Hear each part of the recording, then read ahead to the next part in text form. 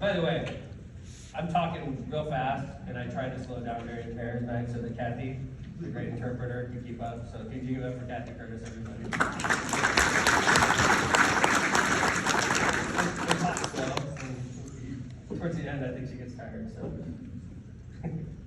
Next question. Can we put exercise equipment at Gibson Park? That's a good question. We try to work with the local council on projects like that, and I know Councilman Scott. I'm not trying to push it. It's possible.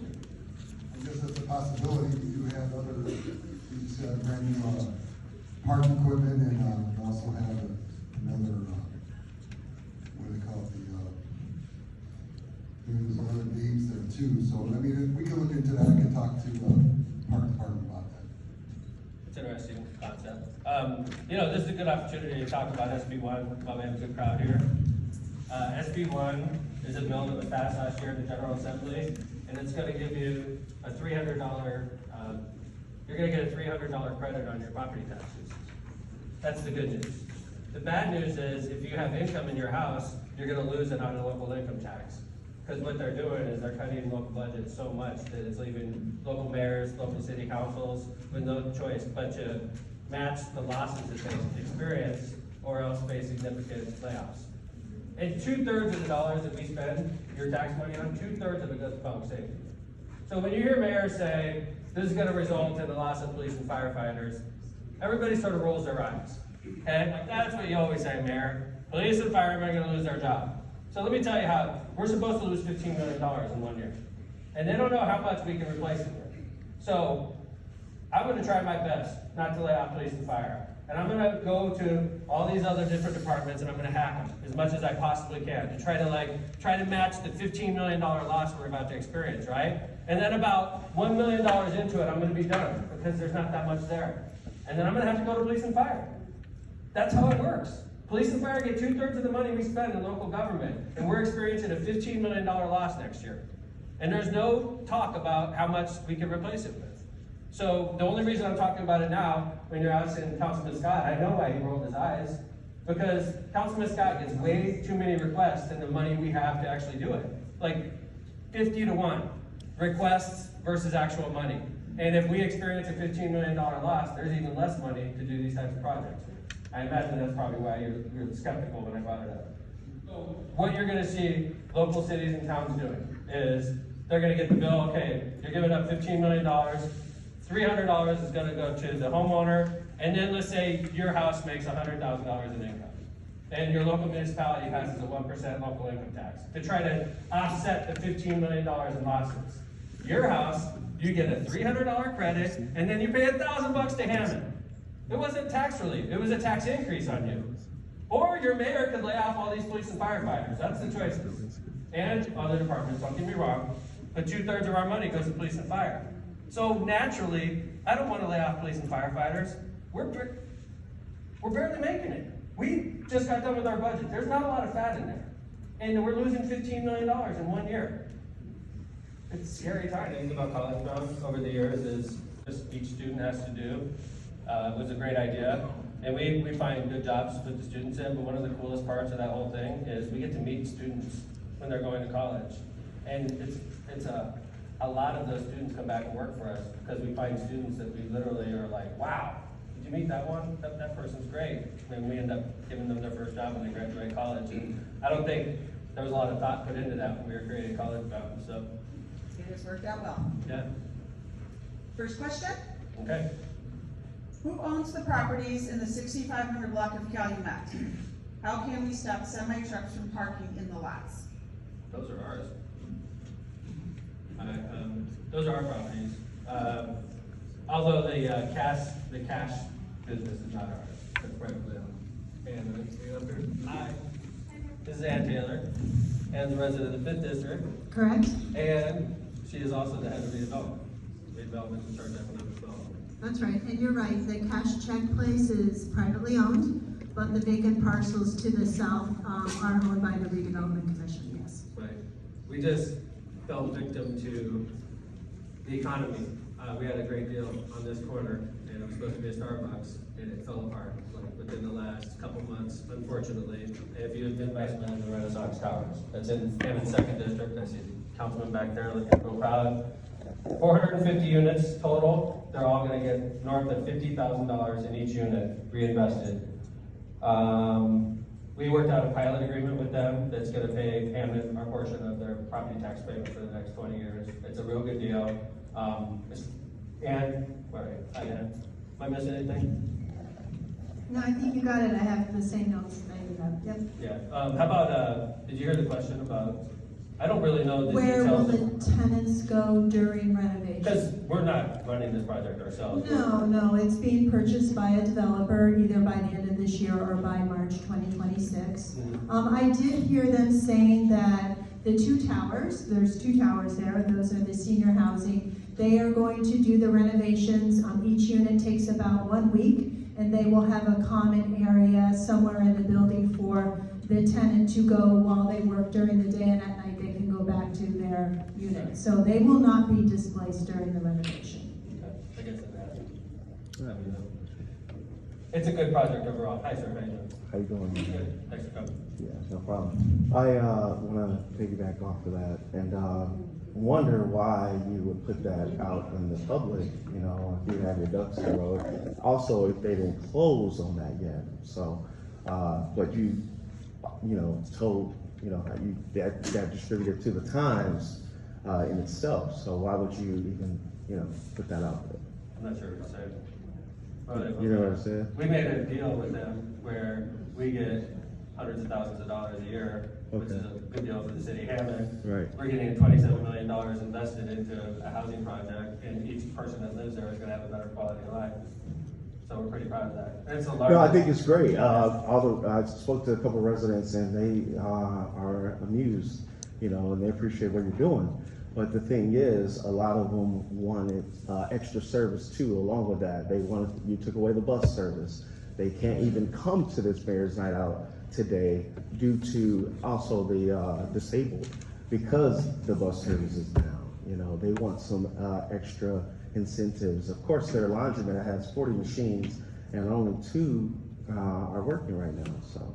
Okay. Which is disappointing. So, you know, what changes would you Some people are make? disappointed, and some people are very excited, so I choose to be excited. I'm not that disappointed. That Oh, well, that's your 27 positive, million. you know, All standpoint right, on that. thanks, sir. Nice to see Yeah. you. Appreciate it. Yeah. All right, let's go ahead. I Next have a question. follow-up over here. Sure. Actually, I have a follow-up too. I just want to say that everything starts somewhere, and this is a good start. So let's applaud the start and then see where it goes from there. Okay, thank you, Audrey. Is it, yeah, this is not, oh, sorry, I'm not gonna sit here and argue, so, all right, let's go ahead and go on to the next question. There was also a follow-up Oh. question.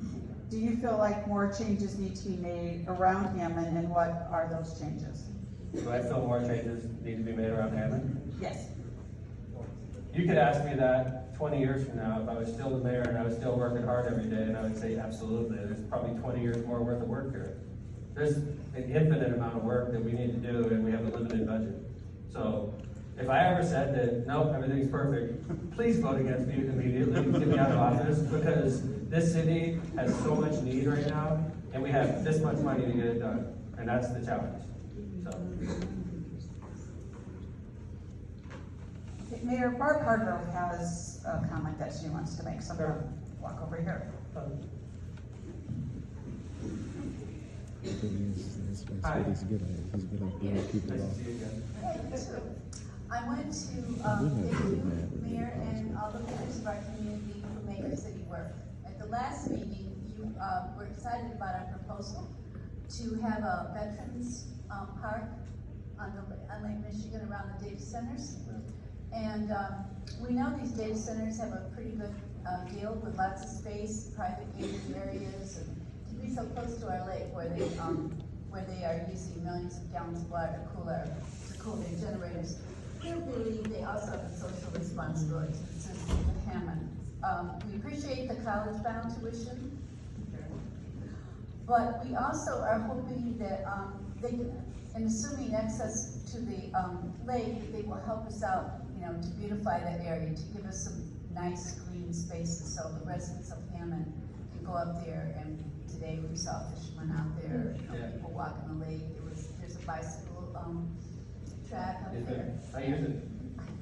Okay, so we wanna get started, we wanna, get ideas from, various individuals. We've Yeah. got some groups who wanna work with us.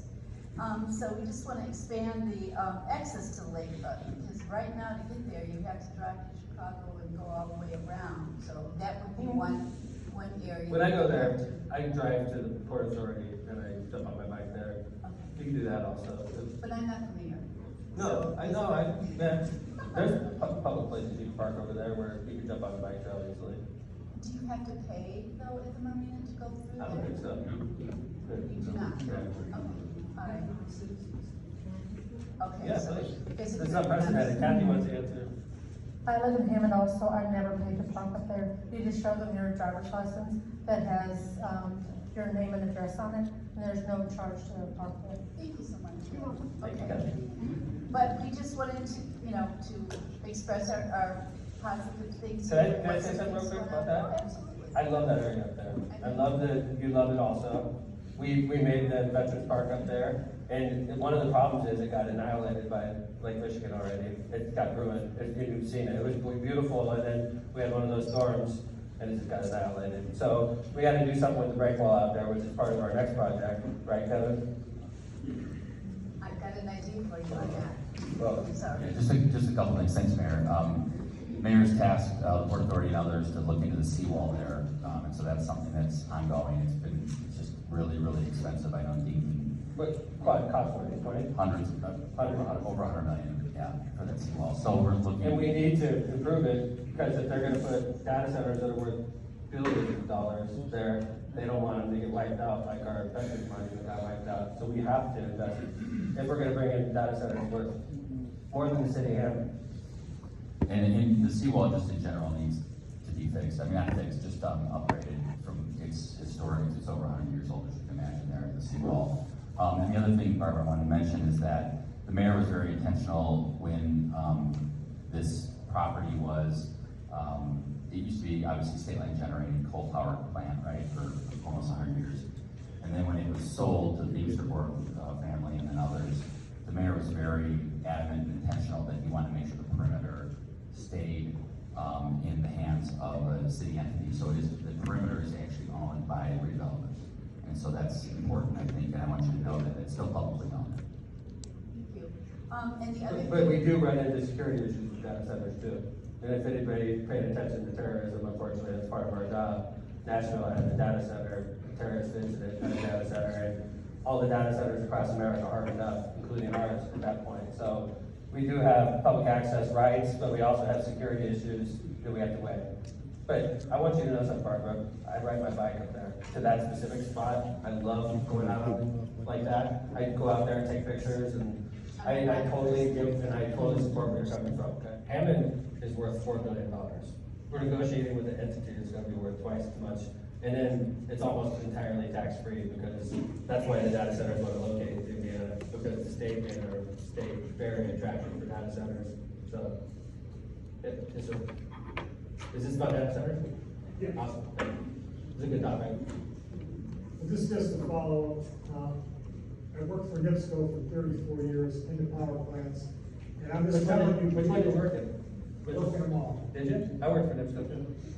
Worked in all the power plants, and I'm just telling you, friends here, the amount of power this data center is gonna consume, we don't make enough power. NIPSCO has closed the Mitchell Station, which is 1,000 megawatts, they closed the Bailey Station, which is 1,000 megawatts, they closed half the Shaker Station, which is 700 megawatts, and right now, there's only 3 coal-fired units in NIPSCO's arsenal, along with a couple of big gas-fired generators, and that's it, besides wind and solar. So this power's gotta come from somewhere, and right now, unless NIPSCO invests some more money, you better go out and buy yourself a generator.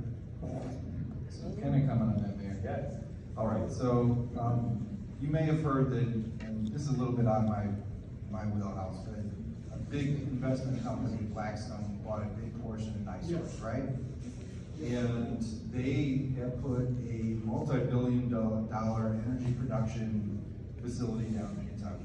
So they will send that power here or purchase it off the grid, but they will make them buy it at the market rate. And whether they even use it or not, if they use 100 megawatts, they have to pay for 200 megawatts every single month. So, I think we've done our due diligence. We've had a lot of people look at this and protect the citizens of Hammond. But I respect your response. And these data centers gotta be more responsible to the community, because you know what your budget is. And trying to develop that lakefront up there like it should be developed is gonna take a lot of money. And they should be the ones taking the burden of the cost of that, and be a little more responsible to the community as far as the communities that they're burying themselves in, so that we have those amenities where industry and nature can work together. Because I mean, that lakefront is important for even the migration of our bees, our birds, our butterflies and everything else, you know, I mean, and so developing that lakefront with some green space and native plants and trees is so vital to the future, and we all know what climate change is all about, unless we want to be a denier. So we need to, you know, you're in a position, I think, where, you know, you could lean on them pretty hard. I just want them to close the deal first, Terry. I know, but, Yeah. you know, you're talking, you know, you already got the college bond on them, which is good. I know. You know, now let's take it one step further, is all I'm glad I'm you saying. say, Terry knows his business. Part of the deal for this, we've secured funding for the city of Hammond for the next 20 years, $4 million a year if this deal closes. $80 million for our city. And I have to talk to the city council about what we're gonna do with that money. We may use it for our budget, but one of the ideas was, we've always been looking for a permanent funding source for the College Bound Scholarship Program. And we could literally permanently fund 20 years of funding for College Bound Scholarship. And I mean, you know, we became the largest city in Lake County. I think it's because of that scholarship. We became the most valuable city in Lake County. I think it's because of that scholarship. I think your home is worth more because of that scholarship. So there's people in here that don't have kids in school right now. And you don't have kids in college right now. But I think your home is worth more because of that college scholarship. So I think it's very important, and I appreciate you bringing it up, Terry. Yeah, I mean, I think there's one more point. I mean, we need to make it clear to the billionaires that they gotta quit abusing the working class. Yes, sir. And these local communities that they wanna come into. Be responsible is all we're asking. I appreciate it. Otherwise, you know, Terry, I'm glad there's people otherwise we like you gotta out there. fight with them. We I got no know. other choice. But like, The billionaires are taking over our I know, man, country. but if I was on behalf of our city, if I said, you know, you billionaires need to do your thing, they'd go to Porter County or Well, something. We'd lose out on that opportunity. You can be smooth enough with I them. promise you, I will. I To promise make you. them, you know, that lake. Terry, I know you're gonna follow me around and you're gonna be the future mayor's night out. I know that, okay? Yeah. So I promise y'all. We love you, Mayor. I agree with Barb's pointless. I know a lot of people in the audience know that. You're talking to the right person. You really are. I get criticized for building too many bike trails. So I support this, what you're saying. You know? I also envision, in that empty field, a park, a bigger park, with a shelter and a grill and, you know, I understand the weather issue, but there's a group forming, and so I just wanted you to know, it's not just Terry and Barb, there's other people I who know love that. I this appreciate idea. that. I appreciate you being there. And I'm glad that you don't pay the $10 into the first sanctuary. So, hey, I wanted to introduce somebody in the audience. He's been coming to Hammond a lot lately. He's a retired ATF agent. That's how I met him. He's running for Lake County Sheriff right now. I want to say thanks to Jason Gore for being here. Good to see you, Jason. Better get you under press conference. What's that? Better get you under press conference. Yeah, right. On November 1st, we have the Veterans Day Parade, kickoff at 10 o'clock by 173rd and Purdue, going down to Kennedy Avenue, Hessville Park for the ceremony after the parade. Do me a favor. It's supposed to be a nice Saturday morning, and we have a bunch of veterans that come to our city, and they walk in a parade, and, you know, sometimes when you start a parade, it's sparse. Do me a favor and just go out there and wave to your veterans that day and help us out so we can fill in the route. So, it is a nice parade. I appreciate it. We're the only city that does a veterans parade, which is really nice. So. We have the Christmas tree lighting ceremony at City Hall on November 25th, the Friday after Thanksgiving. 4:30 arts and crafts, and then 6 o'clock will be the tree lighting in front of City Hall. And then on December 6th, we have the holiday parade, preceded by the Santa Sprint. Kickoff for the parade is at 10 o'clock, Southeastern and 175th, down to the Boulevard, down to the Sportsplex. Say good evening, everybody, to Hammond. Timmons, Harding School. Welcome to Mayor's Night Out. As a longtime councilman, I'm excited to share some insights about our community journey. Growing up just 4 houses from the original Harding Schoolhouse on Delaware, I've witnessed Hammond and Hessel's transformation over the decades from partially constructed brick building near Parish and 165th to